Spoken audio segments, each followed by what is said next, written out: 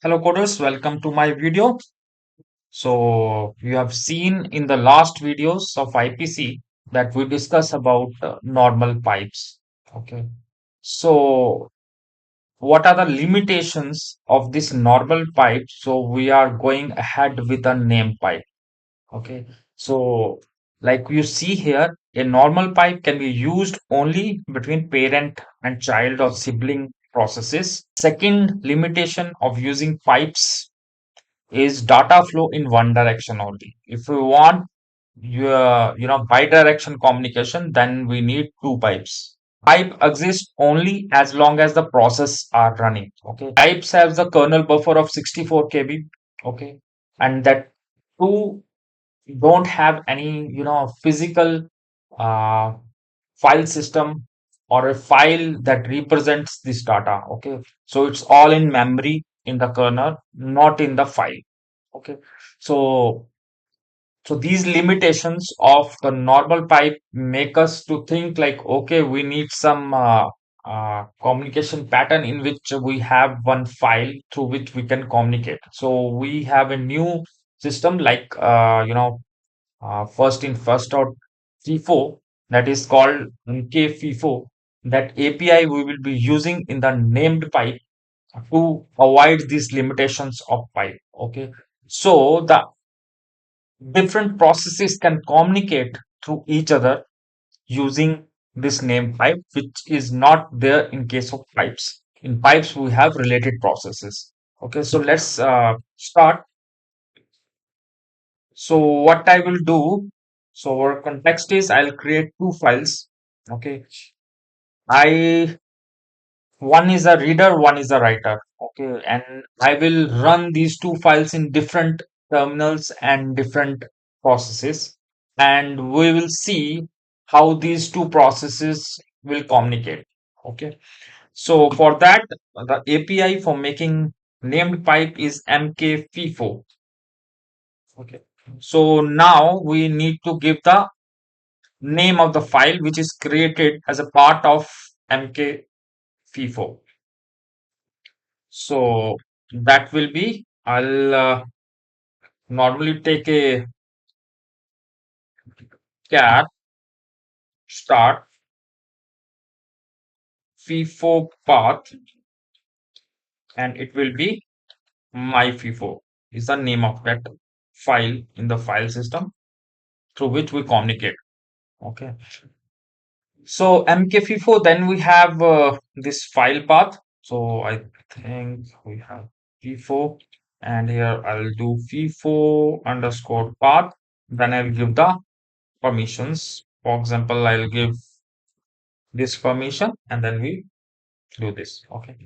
So once we run this API, so the return type is int, and if it is zero, it means FIFO is created. If it is non-zero, it means FIFO is not created. So by running this command, we'll create a file in our file system.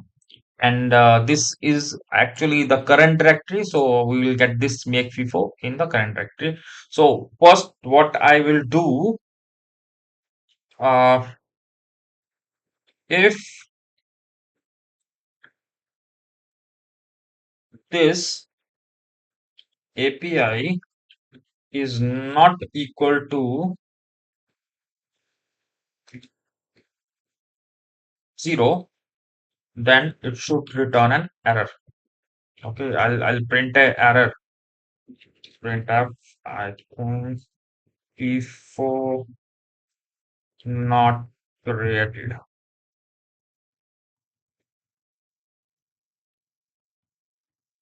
Okay,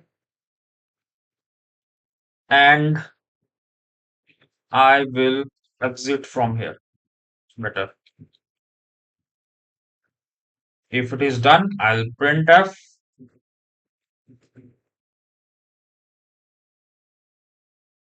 percentage s is created. Okay, and here I will write p4 part. Okay, so I'll save it. So this I mention as process A, and GCC hyphen O, I'll give process the name and processing is that. Okay, so I will mention std lib here so that this exit warning will be gone. So std lib should be here. I save it. Okay, now I think I need one header file for mkfifo. So it's uni.stt. I think so. No. Okay. So then I'll use mkfifo man page to find out the header file. Okay. So I think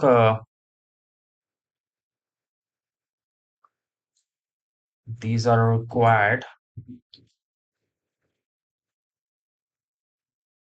So what I will do, I'll put it here.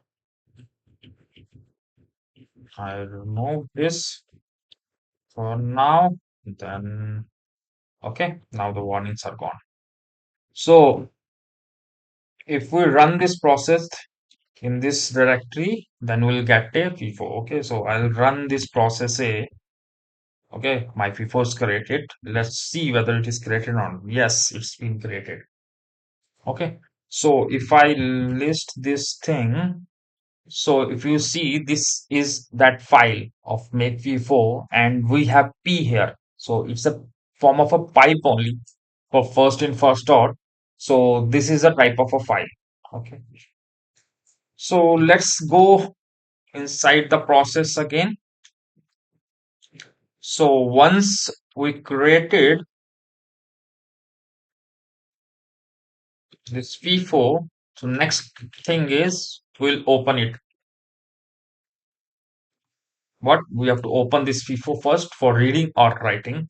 So for that, what I will do FT is equal to open. What I will give FIFO path. Okay, and here what I will do, I will have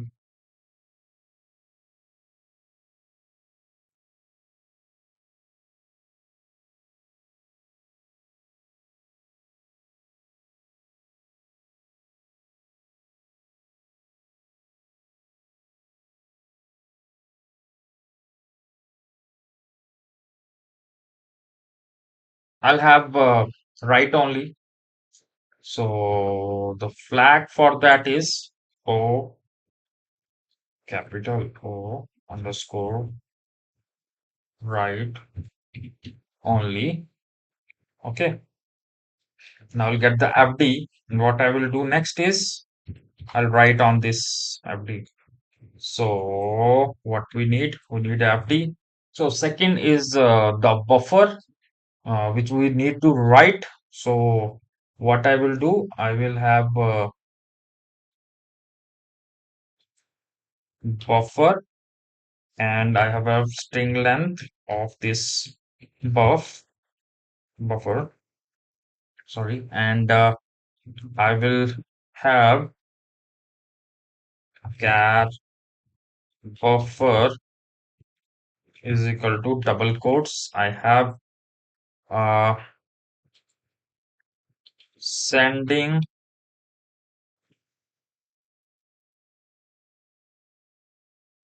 buffer to process BLT. Okay, so this is the name of the buffer that will sending over the FIFO. So next, what I have to do, I have to close the FD, and next is I will have a printf as well.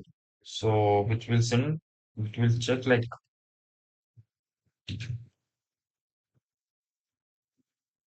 sending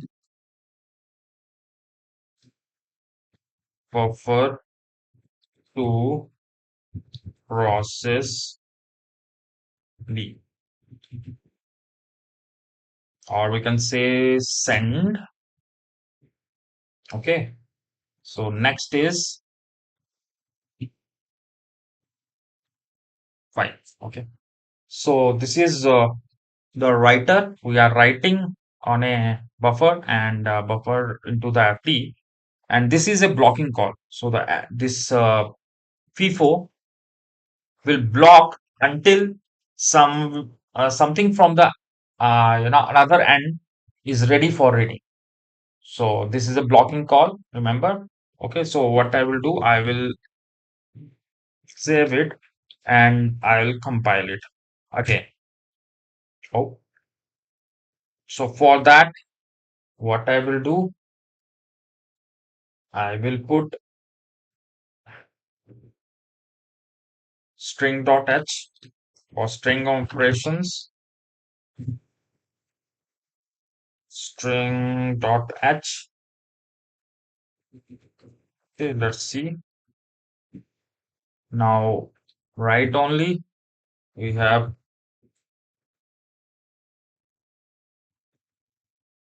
fc and tl dot h. Let's see.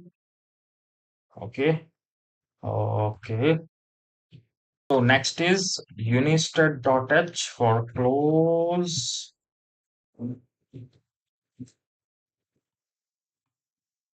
I'll put unistd dot h for close, and then what I will do, I'll compile. Okay, now it's fine. So our process A is ready. So next I have to take a process B. So what I will do, I will take the process A dot C and copy it to process B dot C. So as most of the calls remain the same, so I'll open process B now. Okay, so I think this is not required. Okay, so now this FIFO is already been created by the write operation, so I'll take it out. Okay, so this, sorry, I need that FIFO path. Rather, I'll delete this. So no creation, no sending. Okay, and now here on the FIFO path we have RD. I have RD, read only, and in case of write, I have read. So next on FD, have to read in some buffer and we'll take char buffer. I will take, for example, 512 bytes. Okay, so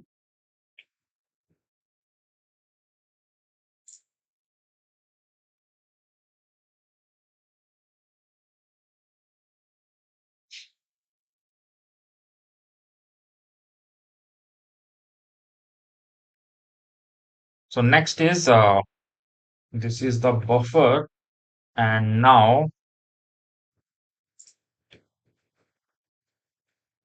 I will take size of buffer here, not string length. So I will take size of buffer over here, close FD, then received buffer from process A, and I will mention it in next line like this. Okay, and comma, and I will print buffer.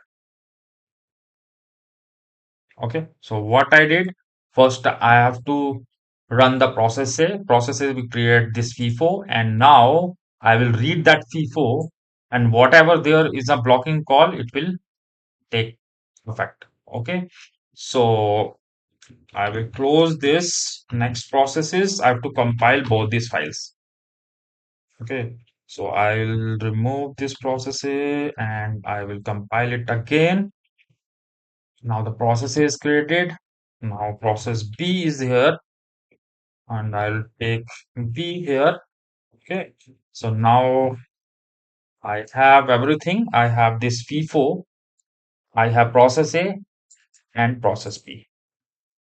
Now my FIFO is created, and now we are getting block call on process A because there is no one to read from this FIFO. That's why it goes into a blocking state.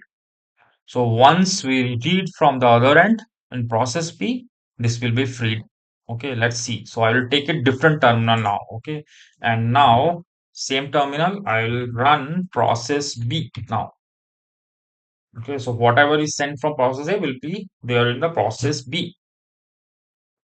Okay, so you will get the buffer, receive buffer from process A, that is sending buffer to process B. This is the text which we are sending from process A. Let's see in the next video. Thanks.